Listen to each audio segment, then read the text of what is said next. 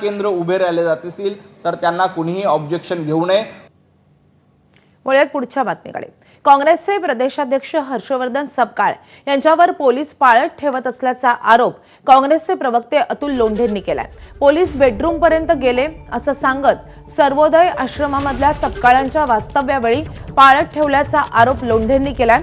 तसंच फडणवीसांच्या सांगण्यावरून आयुक्त पाळत ठेवतायत का असा सवालही त्यांनी उपस्थित केलाय।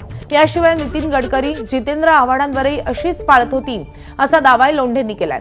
दरम्यान आम्हाला लोकांच्या समस्या सोडण्यापासून वेळ नाही, आम्ही कशाला कुणावर पाळत ठेवू, आमच्याकडे वेळच नाही असं प्रत्युत्तर महसूल मंत्री चंद्रशेखर बावनकुळे यांनी दिलंय।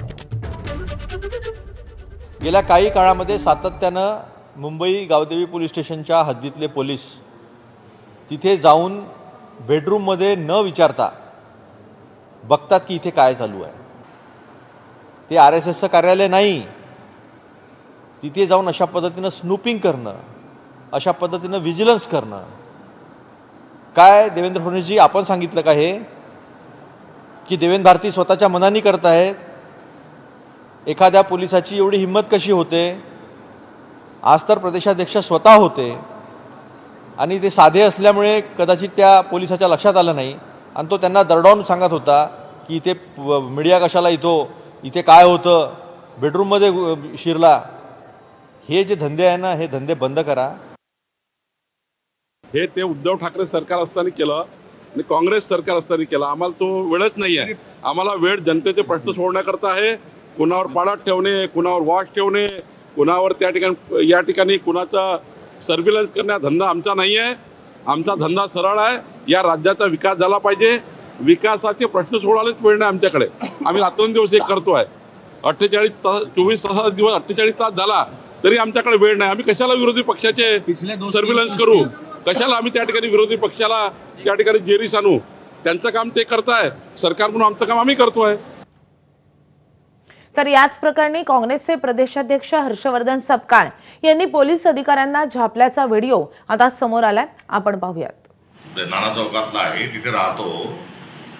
विद्यार्थी दशेपासून तिथे येणं जाणं आहे। प्रदेशाध्यक्ष झाल्यापासून मी तिथेच राहतो।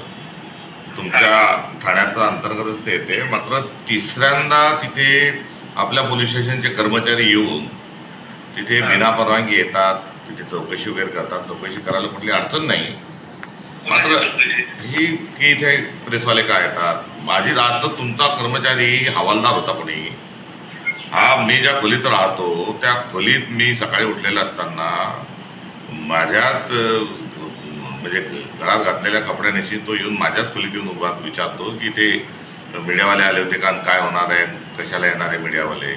तो म्हटलं तुम्ही आले कसे, तुम्ही पाळत का ठेवताय माझ्यावर?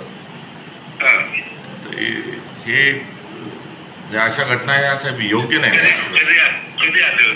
हे आज आल्या तर तुम्हीच मला विचारताय। आज सकाळी आले होते ते, तुम्ही ठाणेदार आहात तिथले, तुम्ही पोलीस इन्चार्ज स्टेशन इन्चार्ज आहात, अधिकारी आहात आणि ते गावदेवी पोलीस स्टेशनने सांगितलं असं येऊन बेडरूम पर्यंत म्हणजे झोपण्याच्या खोलीपर्यंत येऊन तुमचे कर्मचारी येऊन जर अशा पद्धतीने जर चौकशी करत असतील तर हे म्हणजे विरोधी पक्षांच्या म्हणजे आता त्याला संडास बाथरूममध्ये नाही सांगितलं तुम्ही का नाही सांगितलं हा विषय जो आहे हा अल्पत्ता निराळा आहे। परंतु तुमच्या पोलीस स्टेशनच्या आता तुम्ही मला काहीच माहित नाही आणि मी सांगितलं नाही असं जरी तुम्ही सांगत असला तरी हे आता उडवाउडीच आहे ना। याची जबाबदारी शेवटी एक तिथे एका पक्षाचा पदाधिकारी राहत असताना जर तुमच्या पोलीस स्टेशनमध्ये घटना घडली आणि मी तुम्हाला अधिकृतरित्या फोन करून जरी सांगतोय तर तुम्ही या संदर्भात पाठवलं नाही, माहित नाही, या अशा प्रकारचं ही माहिती घ्या ना तुम्ही, माहिती घ्या, चौकशी करा। त्याचा तो तुमचा डोमेनच आहे ना, तो बेसिक तुम्ही जे करतो म्हणताय हे तुमचं कर्तव्यच आहे। त्यामुळे तुम्ही ते कर्तव्य बजावताना तुम्ही ते सांगण्याची आवश्यकता नाही। पण याला थेट स्वरूपामध्ये मुख्यमंत्री, गृहमंत्री आणि इथे तुम्ही जबाबदार आहात ना। आणि असं कसं येऊ शकतो एखाद्या माणसाच्या खोलीमध्ये येऊन एखाद्या भारतीय नागरिकांच्या राहत असणाऱ्या खोलीत न विचारता डायरेक्ट घुसून जर त्या ठिकाणी ते चौकशी करत असतील की मीडियावाले आले का, इथे काय होणार आहे, इथे कोण कोण येतं, अशी जर प्रश्न विचारले